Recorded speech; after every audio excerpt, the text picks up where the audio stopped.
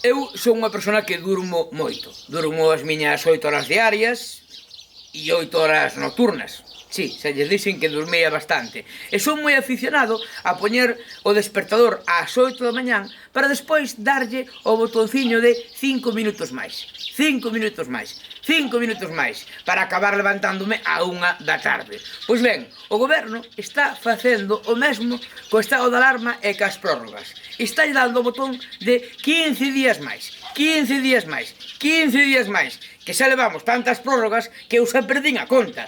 E máis, con tanta prórroga, non será mellor botalo dunha vez xa a penaltis? Bueno, non. A penaltis non, que sempre o fallamos. Prórrogas, confinamento, desescalada, que cantidade de palabras novas estamos aprendendo. É unha maravilla. Desescalada. Ese vai ser un deporte que a min vaime interesar.